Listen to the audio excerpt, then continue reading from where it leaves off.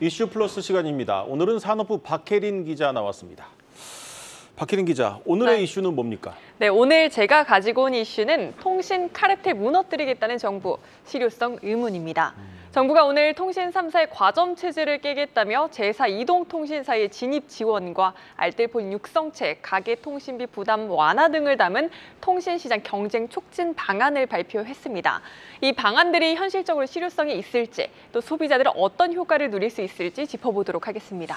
네, 그렇다면 현재 통신 3사가 독식하고 있는 이 시장의 카르텔을 깨기 위해서 정부가 내어놓은 대책 중에 가장 힘을 주는 방안은 뭡니까? 네, 제사 이통사의 진입 지원입니다. 정부는 일단 황금 주파수로 불리는 700MHz 또는 1.8GHz 등 앵커 주파수를 신규 통신 사업자에게 할당한다고 밝혔습니다. 또 꿈의 5G로 꼽히지만 이 통사가 상용화에 어려움을 겪어 포기했던 28GHz 대역 전용 주파수도 신규 사업자에게 3년간 독점 공급한다는 내용 등이 담겼습니다. 네. 즉 통신 3사가 백기를 든 28GHz의 앵커 주파수를 끼워주며 신규 사업자를 유인하는 건데요. 시장의 평가는 굉장히 박합니다. 정부가 지원한다고 한들 수십조 원에 이르는 막대한 초기 투자 비용을 감수하고 뛰어들 신규 사업자도 없을 뿐더러 이 정도 지원책으론 기존 통신 3사의 선점 효과 넘기기 어렵다는 겁니다. 네. 실제로 현재 현대차나 롯데, 신세계 등이 제사통신사 후보군으로 거론되고 있는데 해당 기업들 사업성 크지 않다며 난색을 표하고 있습니다.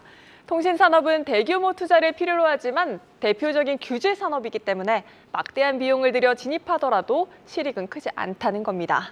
따라서 시장에선 이번 정부의 지원 방안 그다지 효과 내지 못할 것으로 전망하고 있습니다. 네, 정부가 뭔가 대책을 내놨는데 시작부터 좀 난타를 당하고 있습니다. 최근에 이 통신 요금을 절약하는데 알뜰폰이 톡톡히 한 몫을 하고 있는데 이번에 알뜰폰 육성책도 담겼죠? 네, 맞습니다. 정부가 제사통신사와 투트랙으로 힘을 쓰는 게 이 알뜰폰 육성책입니다. 이것도 그런데 본질적인 육성책이 아닌 임시 방편이라는 의견이 나오고 있습니다. 먼저 정부는 지난해 9월 일몰 폐지됐던 도매 제공 의무 제도를 부활시키겠다고 밝혔습니다.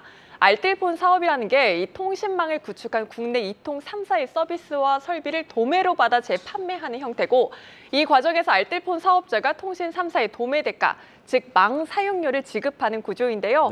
이때 가격을 이 협상력이 약한 알뜰폰 업계 대신 정부가 협의해 가격을 정하면서 비용을 적정하게 낮추는 게 이 제도의 핵심입니다.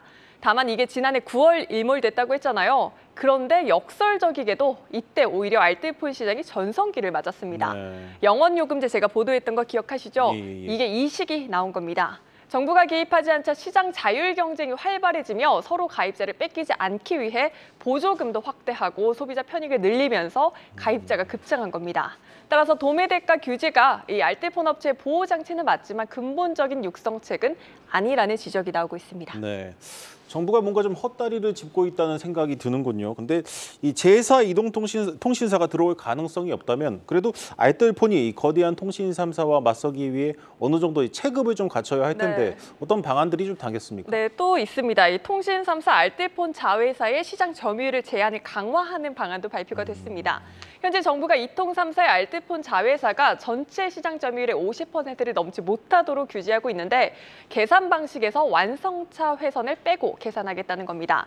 현재는 차량용 IoT 회선에서 알뜰폰 사업자의 비중이 이렇게 독보적입니다. 근데 이건 요금이 한 3,000원 정도 수준으로 워낙 미미하기 때문에 이걸 포함해서 판단하면 왜곡이 발생할 수 있습니다. 현재 전체 점유율 합산하면 통신 3사 자회사의 점유율 30%인데 정부가 차량용 회선을 빼고 계산하게 되면 55%까지 높아져 제한선을 넘어설 것으로 업계는 추정하고 있습니다. 다만 이것도 실효성이 있을지는 의문입니다. 과거를 돌아봤을 때 통신 3사 자회사가 가입자 유치를 활발하게 하면서 알뜰폰 시장에 활력을 띄웠고 점유율을 규제하면 시장 자체 활력이 떨어지는 경향을 보였다는 주장이 증권가에서 나오고 있습니다. 네, 정부가 오늘 대책을 내놨는데 뭐 하나 좀 제대로 된 게 없는 것 같습니다. 그래도 오늘 발표한 것 중에 좀 뭔가 쓸만한 건 없었습니까? 네, 하나 있습니다. 이 스마트폰 구입 시 추가 지원금 한도를 현행 15%에서 30%로 높이는 방안은 그래도 소비자들의 편익을 높일 것으로 예상됩니다. 네. 예를 들어 A 단말기를 산다고 한번 예상을 해보죠. 최대 공시지원금이 80만 원이고 유통망 추가 지원금이 현재 15만 원으로 책정됐었다면 95만 원의 할인 혜택을 받을 수 있었는데 이 추가 지원금 한도가 30%까지 상향되고 이걸 다 채워서 추가 지원금을 준다고 했을 때 할인 혜택은 90만 원에서 110만 원까지 오르게 되는 겁니다. 네. 또 정부는 주기적으로 이용자 사용 패턴에 기반한 최적 요금제를 고지하도록 했는데 이렇게 되면 굳이 비싼 요금제 대신 자신에게 적합한 요금제를 선택하는데 효과가 있을 것으로 예상되고 있습니다. 네, 잘 들었습니다. 이슈 플러스 박혜린 기자였습니다.